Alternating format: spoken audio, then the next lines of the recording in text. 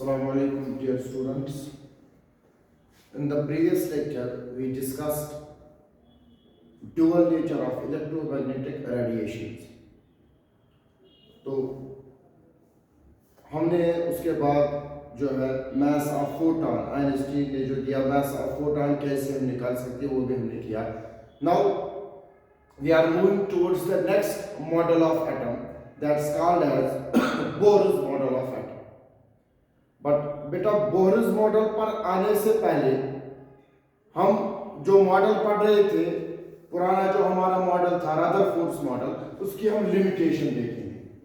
Limitations of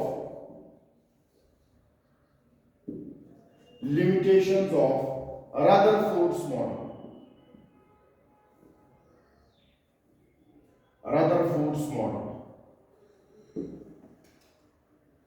limitations of Rutherford's model. ठीक है.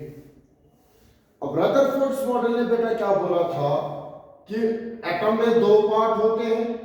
एक तो होता है न्यूक्लियर पार्ट, न्यूक्लियस जिसको हम बोलते हैं, और दूसरा इस न्यूक्लियस के सराउंडिंग में एक स्पेस होती है जिसको हम बोलते हैं एक्स्ट्रा न्यूक्लियर पार्ट.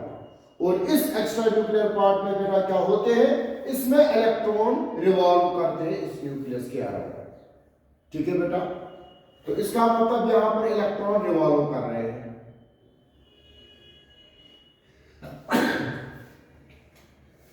तो इलेक्ट्रॉन बेटा रिवॉल्व कर रहे हैं यहां पर. अब यहां पर एक इंपॉर्टेंट चीज है. जब हमने बेटा वेव थ्योरी पढ़ी थी, इलेक्ट्रोमैग्नेटिक वेव थ्योरी जब हमने पढ़ी थी, वहां पर क्या बोला था जेम्स क्लार्क मैक्सवेल ने कि एक्सेलरेटेड चार्ज जो होता है, एक्सेलरेटेड चार्ज जो होता है वो रेडिएट करता है energy in the form of radiation. ठीक है, जिनको हम बोलते हैं इलेक्ट्रोमैग्नेटिक रेडिएशन.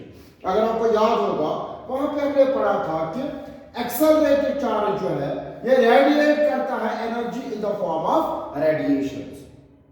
अगर हम बेटा इलेक्ट्रॉन की बात करेंगे, इलेक्ट्रॉन भी तो चार्ज है, एक चार्जिड पार्टिकल है. अब चूंकि ये रिवॉल्व करता है इस न्यूक्लियस के सराउंडिंग में, रिवॉल्व करता है अराउंड दिस न्यूक्लियस. अब रिवॉल्व करने का मतलब क्या है, this electron is under acceleration. ठीक है बेटा. तो अगर ये इलेक्ट्रॉन अंडर एक्सेलरेशन है तो इसका मतलब ये इलेक्ट्रॉन क्या रेडिएट करेगा, एनर्जी रेडिएट करेगा in the form of radiation. तो बेटा अगर रिवॉल्व करने के टाइम में इलेक्ट्रॉन एनर्जी रेडिएट करेगा तो इसका मतलब क्या है, जब ये इस तरह से रिवॉल्व करेगा तो इसका जो दूसरा राउंड होगा, अब यहां से तो जब ये रिवॉल्व करेगा तो एनर्जी तो निकल रही है, मतलब एनर्जी कम होगी. तो इसका मतलब दूसरा राउंड जब ये करेगा तो वहां पर ये थोड़ा रिवॉल्व करेगा न्यूक्लियस के क्लोज. क्यों? क्योंकि यहां से यहां पहुंचते इसने एनर्जी जो है रेडिएट की. ठीक है. तो इसकी एनर्जी कम हो गई, तो नेक्स्ट राउंड जो इसका होगा वो थोड़ा सा क्लोज होगा न्यूक्लियस के. और जब ये बेटा रिवॉल्व करेगा और ये रेडिएट करेगा एनर्जी, तो नेक्स्ट राउंड जो है वो और क्लोज होगा. और रिवॉल्व करेगा और रेडिएट करेगा एनर्जी, तो नेक्स्ट राउंड और क्लोज होगा. तो अल्टीमेटली क्या होगा बेटा, अल्टीमेटली ये इलेक्ट्रॉन जो है ये न्यूक्लियस में कोलैप्स होगा.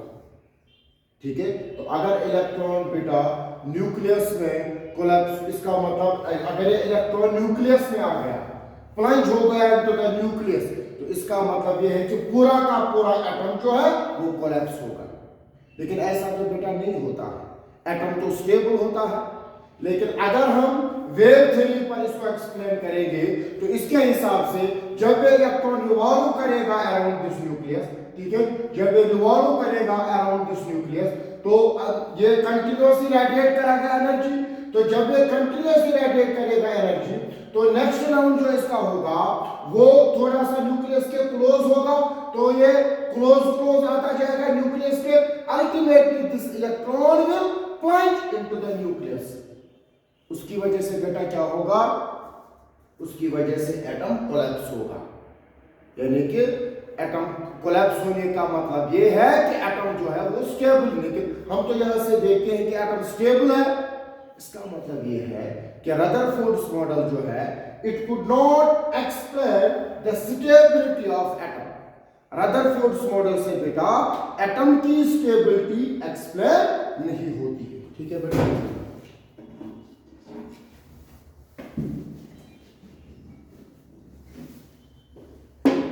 तो यहां पर हम लिख सकते हैं कि according to electromagnetic wave theory, according to electromagnetic wave theory, an accelerated particle या an accelerated charge radiates energy.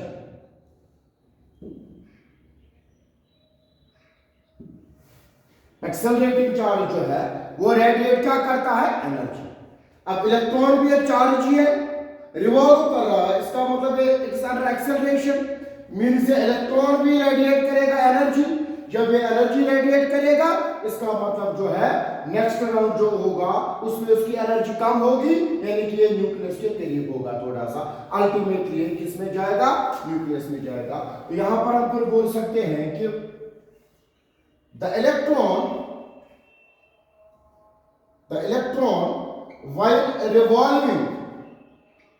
while revolving around the nucleus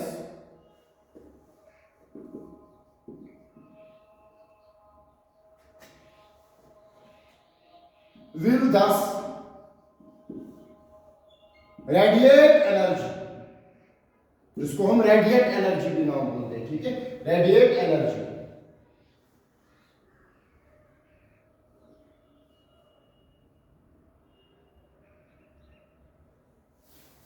ठीक है, तो ये इलेक्ट्रॉन जो है बेटा ये कंटिन्यूअसली रेडिएट क्या करेगा?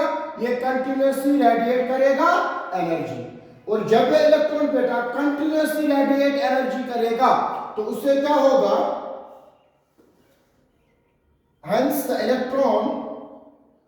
hence the electron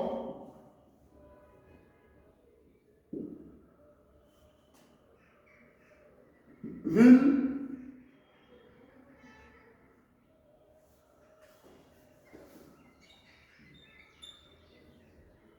closer and closer to the nucleus,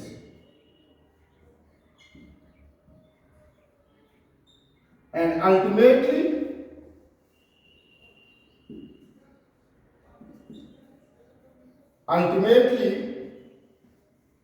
it will plunge into the nucleus, and thus atom should collapse, atom collapse होना चाहिए। एटम जो है बेटा वो कोलैप्स होना चाहिए। तो जब इलेक्ट्रॉन अब इस न्यूक्लियस के अराउंड रिवॉल्व करेगा तो ये रेडिएट करता जाएगा एनर्जी। तो जब ये अब रिवॉल्व करता जाएगा ये क्लोजर एंड क्लोजर इस न्यूक्लियस के आएगा और अल्टीमेटली ये बहुत क्लोज आएगा।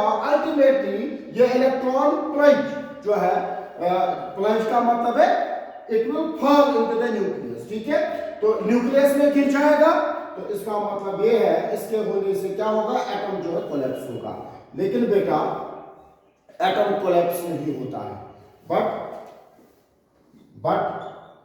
दैट डज नॉट हैपन, ऐसा बिल्कुल भी नहीं होता है।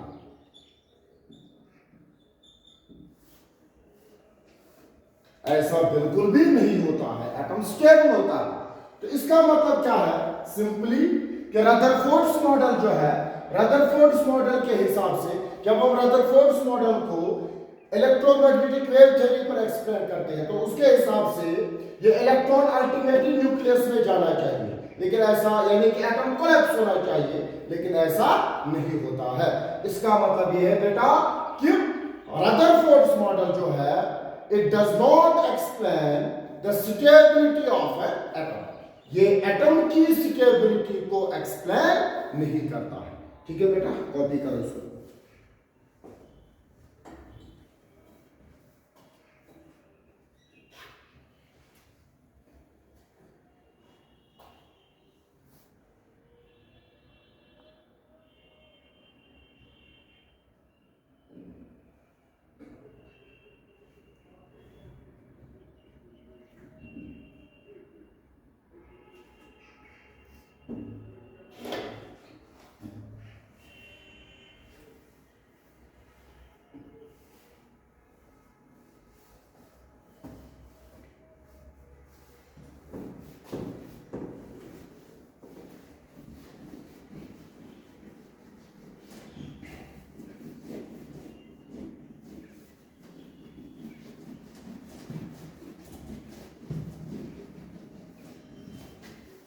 तो सिंपल अब हम ये कहेंगे कि ये जो रदरफोर्ड्स मॉडल है, Rutherford's model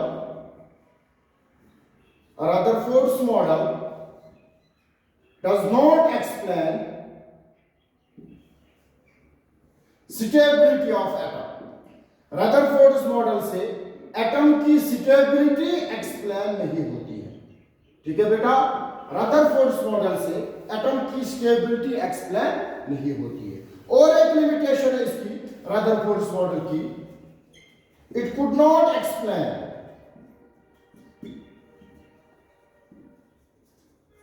the electronic structure of atom. Electronic structure of atom, इसने इलेक्ट्रॉनिक स्ट्रक्चर ऑफ एटम को एक्सप्लेन नहीं किया। इलेक्ट्रॉनिक स्ट्रक्चर ऑफ एटम का मतलब क्या है, ये इलेक्ट्रॉन किस तरह से डिस्ट्रीब्यूट होते हैं अराउंड दिस न्यूक्लियस। अब ये इलेक्ट्रॉनिक स्ट्रक्चर जो है नेक्स्ट मॉडल से एक्सप्लेन होगा, जो कि बोहर्स मॉडल है। ठीक है, तो इलेक्ट्रॉनिक स्ट्रक्चर यानी कि ये इलेक्ट्रॉन इस न्यूक्लियस के अराउंड किस तरह से इस एटम में डिस्ट्रीब्यूटेड है, ये इलेक्ट्रॉन किस तरह से डिस्ट्रीब्यूटेड है, इसका कॉन्सेप्ट जो है रदरफोर्ड्स मॉडल ऑफ एटम से हमें नहीं मिलता है। तो एक तो रदरफोर्ड्स मॉडल जो है, रदरफोर्ड्स मॉडल से बिल्कुल भी स्टेबिलिटी एक्सप्लेन नहीं होती है एटम की, और इलेक्ट्रॉनिक स्ट्रक्चर ऑफ एटम के बारे में भी कोई आइडिया नहीं हमें मिला रदरफोर्ड्स मॉडल से। ठीक है बेटा, so this were the limitations of Rutherford's model of atom. तो अब हम बेटा एक इंपॉर्टेंट मॉडल की ओर मूव कर रहे हैं।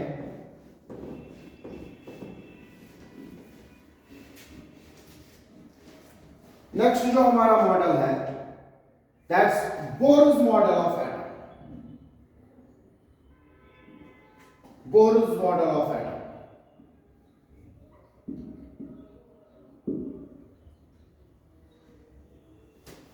अब ये मॉडल ऑफ एटम एक साइंटिस्ट ने दिया था जिसका नाम था बेटा Niels Bohr. This model was proposed by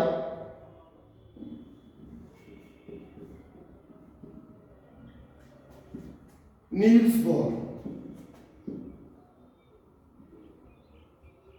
in 1930। अब ये मॉडल जो है बेटा, ये मॉडल प्लैंक्स क्वांटम थ्योरी पर बेस्ड है, यानी कि ये मॉडल जो है पार्टिकल नेचर पर बेस्ड है, पार्टिकल नेचर पर बेस्ड है। ठीक है, तो ये मॉडल जो है, this model is based on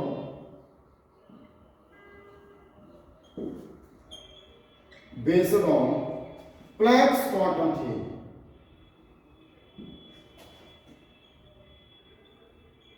Planck's quantum theory. ठीक है बेटा, तो ये मॉडल जो है पार्टिकल नेचर या प्लैंक्स क्वांटम थ्योरी पर बेस्ड है। ठीक है, तो अब जो है इस मॉडल के हमें बेटा पोस्टुलेट्स पढ़ने हैं। This is very important model. ठीक है बेटा, तो इसको आराम से हमें पढ़ना है, तो इसके हम पोस्टुलेट पढ़ेंगे।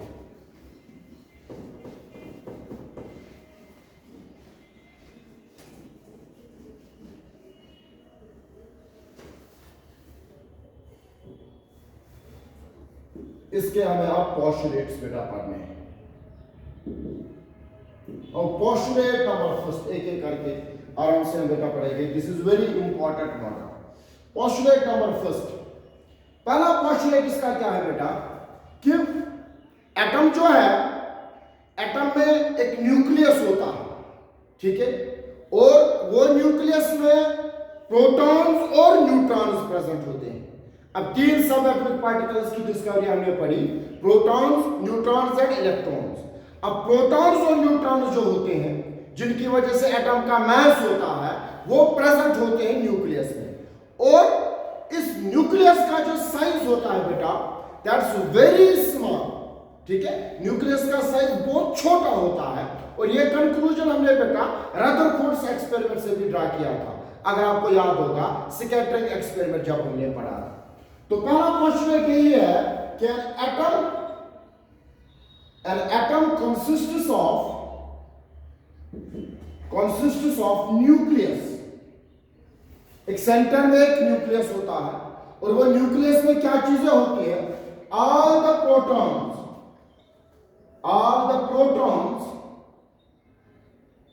and neutrons, all the protons and neutrons are present in nucleus. सारे के सारे प्रोटॉन और न्यूट्रॉन जो होते हैं बेटा वो न्यूक्लियस में प्रेजेंट होते हैं। और the size of nucleus, the size of nucleus is very small, is very small as compared to total size of an atom, as compared to total size of an atom। ठीक है बेटा, ये तो हमने mathematically prove भी किया था कि एटम के कंपैरिजन में न्यूक्लियस का कितना साइज होता है, कितना वॉल्यूम ऑक्यूपाई न्यूक्लियस करता है एटम के कंपैरिजन में। वो हमने बेटा मैथमेटिकली प्रूव भी किया था कि कितना होता है, तो बहुत छोटा होता है न्यूक्लियस का साइज इस एटम के कंपैरिजन में। और इस छोटे से न्यूक्लियस में क्या क्या प्रेजेंट होते हैं बेटा? एक तो इसमें प्रेजेंट होते हैं प्रोटॉन्स और इसमें प्रेजेंट होते हैं इलेक्ट्रॉन्स। ठीक है बेटा, तो सबसे पहला पोस्टुलेट जो बोर्स मॉडल का है वो यही है कि एक एटम के सेंटर में प्रेजेंट होता है न्यूक्लियस।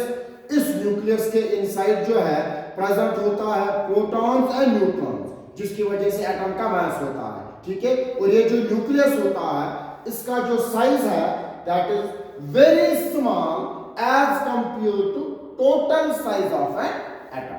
ठीक है, ये चीज हमें ऑलरेडी बेटा पता थी। So this was postulate number first.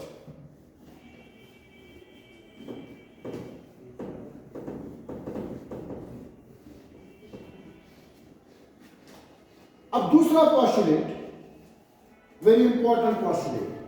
अब बात आती है बेटा इलेक्ट्रॉन्स की, इलेक्ट्रॉन्स की बात आती है। अब इलेक्ट्रॉन्स के बारे में क्या बोल रहे हैं कि ये इलेक्ट्रॉन जो है ये रिवॉल्व करते हैं इन क्लोज्ड सर्कुलर पाथ्स। ठीक है बेटा, ये इलेक्ट्रॉन जो है न्यूक्लियस के अराउंड रिवॉल्व करते हैं इन क्लोज्ड सर्कुलर पाथ्स, और इन क्लोज्ड सर्कुलर पाथ्स को बेटा नाम होते हैं ऑर्बिट्स। अगर ये बेटा न्यूक्लियस है, ठीक है, तो इस न्यूक्लियस के सराउंडिंग में क्लोज्ड सर्कुलर पाथ्स होते हैं। ये जो एक्स्ट्रा न्यूक्लियर स्पेस होती है इसमें क्लोज्ड सर्कुलर पाथ्स होते हैं। These are the closed circular paths।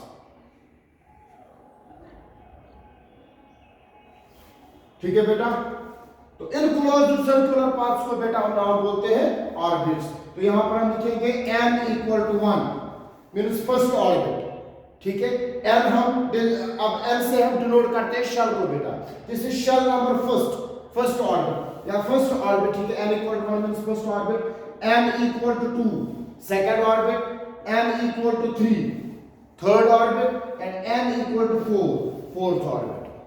ठीक है बेटा, तो ये n जो है ये ऑर्बिट को डिजिग्नेट करता है। n equal to 1 first orbit, second orbit, third orbit and fourth orbit. ठीक है, और एक चीज इंपॉर्टेंट चीज बेटा, ये जो ऑर्बिट्स होते हैं इनके साथ एक different amount of energy associated होता है। ठीक है, इन ऑर्बिट्स के साथ बेटा एक definite amount of energy associated होता है। For this reason these orbits are also called as energy shells.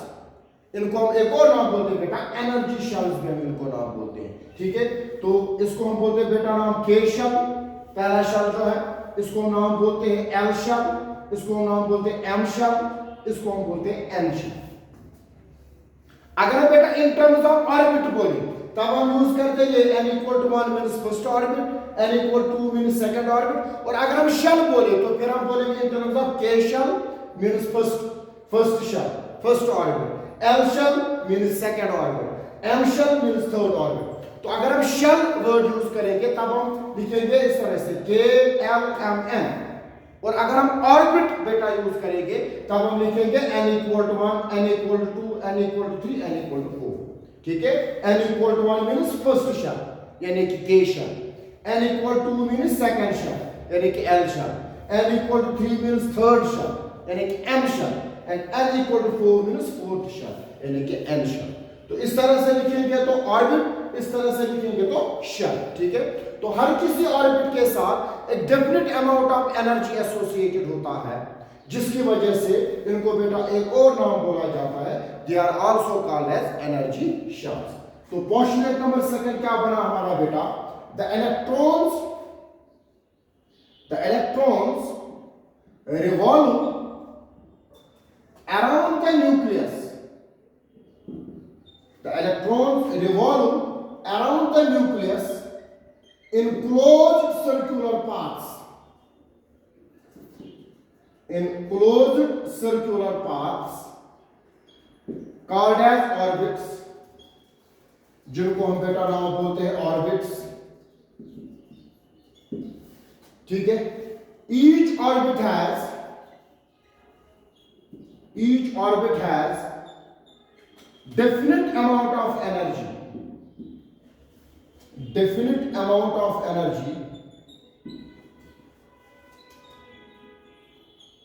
associated with it,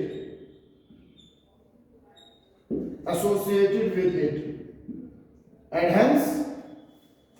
hence they are also called as energy shells. Energy shells भी उनको कहा जाता है, and are designated as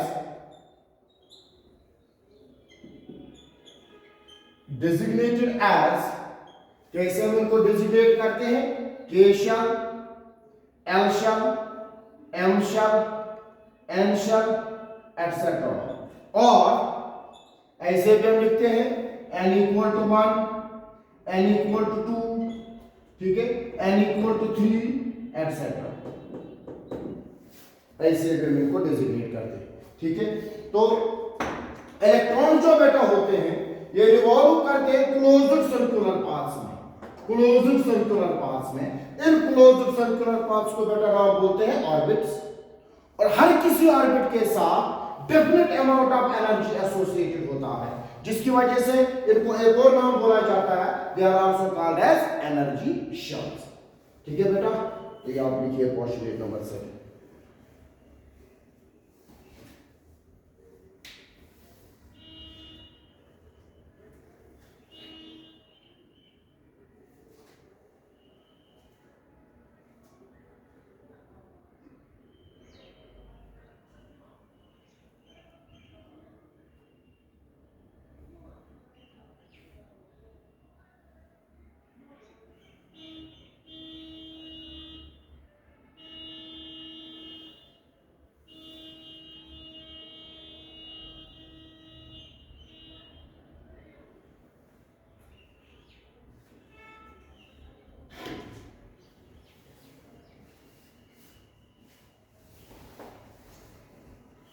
थोड़ा ऊपर हम लिखेंगे, से भी और n is equal to 1, n is equal to 2, n is equal to 3, etc.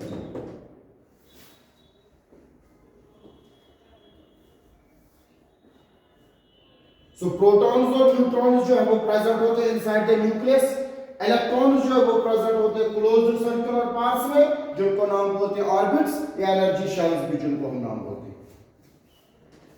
अब थर्ड पोस्टुलेट जो बेटा यहां पर इंपॉर्टेंट पोस्टुलेट,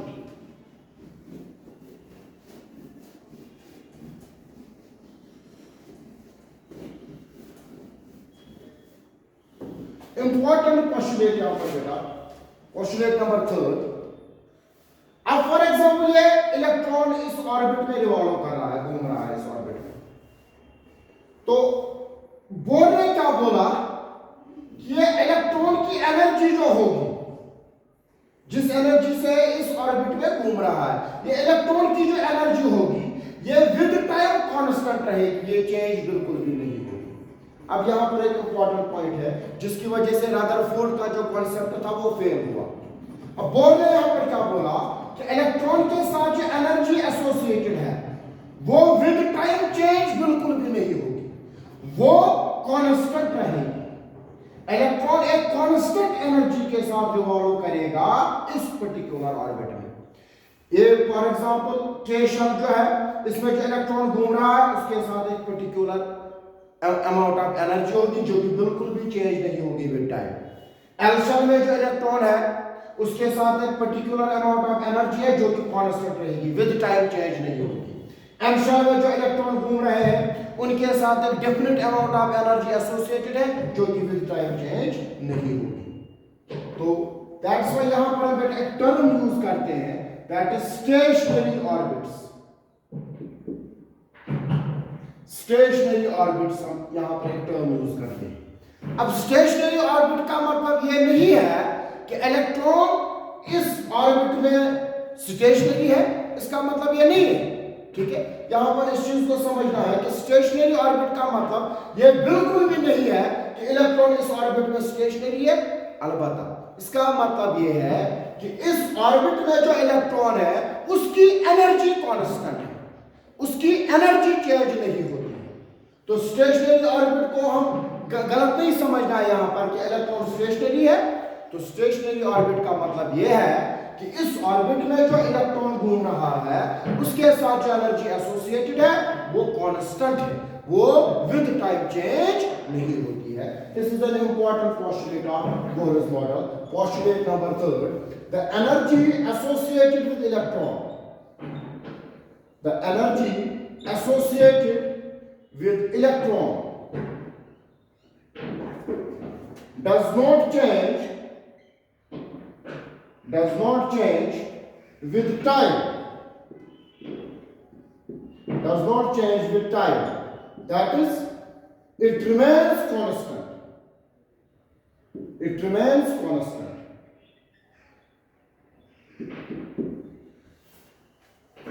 ये कांस्टेंट रहती है, ठीक है। For this reason,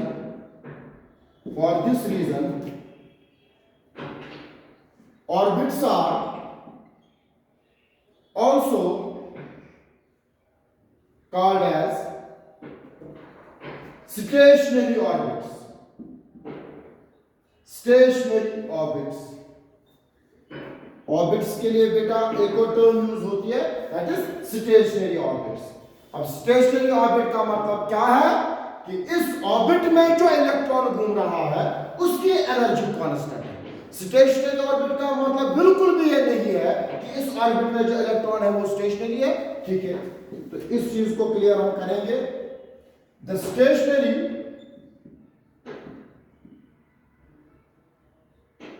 orbit does not mean that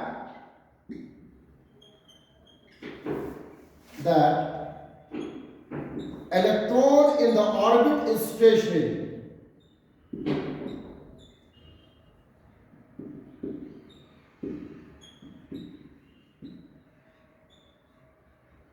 but it means that, या ब्रैकेट में यहां पर लिखेंगे, but it means that the energy associated with electron, the energy associated with electron in the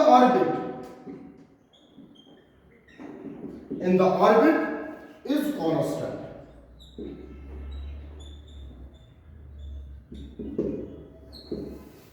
तो स्टेशनरी ऑर्बिट टर्म जो यहां पर है इसका मतलब बिल्कुल भी ये नहीं है कि इस ऑर्बिट में जो इलेक्ट्रॉन है वो स्टेशनरी है। अलबत्ता इसका मतलब ये है कि इस ऑर्बिट में जो इलेक्ट्रॉन है उसके साथ एक डेफिनेट अमाउंट ऑफ एनर्जी है, फिक्स्ड अमाउंट ऑफ एनर्जी है, एक कांस्टेंट अमाउंट ऑफ एनर्जी है जो कि बिल्कुल भी विद टाइम चेंज नहीं होता। तो बेटा ये 3 पोस्टुलेट आज हमने पढ़े, बाकी पोस्टुलेट हम इंशाल्लाह कल पढ़ेंगे। तो क्या क्या याद हमने रखा? सबसे पहले बात अकॉर्डिंग टू सबसे इंपॉर्टेंट बात जो है Bohr's model is based on Planck's theory, means particle nature, ठीक है। तो अब यहां पर वेव का बिल्कुल भी कांसेप्ट नहीं है। और यहां पर हमने देखा कि सबसे पहला पोस्टुलेट जो है, अब 3 सब एटॉमिक पार्टिकल जो है प्रोटॉन, न्यूट्रॉन और इलेक्ट्रॉन। अब प्रोटॉन और न्यूट्रॉन जो होता है वो सारा कंसंट्रेटेड होता है न्यूक्लियस में, एटम के प्रोटॉन और न्यूट्रॉन न्यूक्लियस में होते हैं और इस न्यूक्लियस का जो साइज होता है वो बहुत स्मॉल होता है as compare to the size of your atom. ठीक है, ये हमें ऑलरेडी पता है। अब दूसरा इलेक्ट्रॉन की बात जब हम करेंगे, अब इलेक्ट्रॉन का मसला यहाँ पर ज्यादा इंपॉर्टेंट है। इलेक्ट्रॉन की बात जब हम करेंगे तो इस न्यूक्लियस के सराउंडिंग में जो स्पेस होती है उसमें सर्कुलर क्लोज्ड सर्कुलर पाथ्स होते हैं जिनको बेटा नाम बोलते हैं ऑर्बिट्स, और इलेक्ट्रॉन जो होते हैं इन्हीं ऑर्बिट्स में होते हैं। इलेक्ट्रॉन्स इन्हीं ऑर्बिट्स में प्रेजेंट होते हैं, इन्हीं ऑर्बिट्स में रिवॉल्व करते हैं अराउंड दिस न्यूक्लियस। ठीक है, और इन ऑर्बिट्स के साथ एक definite amount of energy associated होता है जिसकी वजह से एक और टर्म यहां पर यूज होती है, that's called as energy shell. ठीक है, एनर्जी शेल यहां पर एक टर्म यूज होती है बिकॉज इसके साथ हर किसी ऑर्बिट के साथ एक definite amount of energy associated होता है। इन टर्म्स ऑफ ऑर्बिट हम क्या बोलेंगे, n equal to 1 2 3 4। In terms of shell क्या यूज करेंगे, k shell, l shell, m shell, n shell. ठीक है बेटा, और अब एक इंपॉर्टेंट चीज जो यहां पर हमने बोला कि अब फॉर एग्जांपल इस k शेल में इलेक्ट्रॉन घूम रहा है, तो ये जो इलेक्ट्रॉन है इसकी एनर्जी जो है वो कांस्टेंट रहेगी, वो बिल्कुल भी चेंज नहीं होगी बेटा। ठीक है, तो के शेल में इलेक्ट्रॉन के साथ अपना एक डेफिनेट अमाउंट ऑफ एनर्जी होगा जो कि कांस्टेंट होगा। एल शेल में भी जो इलेक्ट्रॉन घूमेगा उसके साथ जो एनर्जी होगी वो कांस्टेंट होगी। तो दैट्स व्हाई यहां पर हम बेटा टर्म यूज करते हैं स्टेशनरी ऑर्बिट। स्टेशनरी ऑर्बिट का मतलब है कि ऑर्बिट में जो इलेक्ट्रॉन है उसके साथ कांस्टेंट एनर्जी है। इसका मतलब बिल्कुल भी ये नहीं है कि ऑर्बिट में जो इलेक्ट्रॉन है वो स्टेशनरी है, अलबत्ता ऑर्बिट में जो इलेक्ट्रॉन है उसके साथ जो एनर्जी है वो कांस्टेंट है, एक डेफिनेट एनर्जी। ठीक है बेटा, सो ये हमने आज बेटा 3 पोस्टुलेट पढ़े बोर्स मॉडल के, तो बाकी पोस्टुलेट हम बेटा इंशाल्लाह नेक्स्ट लेक्चर में पढ़ेंगे।